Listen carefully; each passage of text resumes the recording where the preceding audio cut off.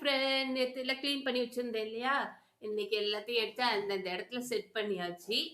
இந்த இடத்துல நான் ஒண்ணு கிளியர் பண்ண ஆசைப்படுறேன். இந்த ஷீட் இருக்கு இல்லையா? கிரீன் மேட்டு இது வந்து நல்ல மொத்தமா தான் இருக்கும். ஓகே.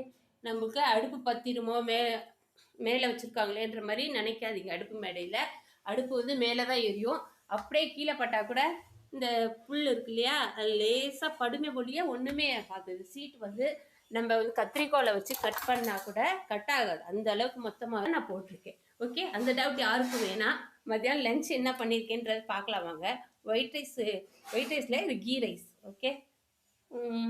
அப்புறம் பொட்டேட்டோ பசங்களுக்கு பண்ணி கொடுத்தேன். எனக்கு பொட்டேட்டோ பிடிக்காதுன்றனால நான் கிரேவி பண்ணிக்க போகிறேன்.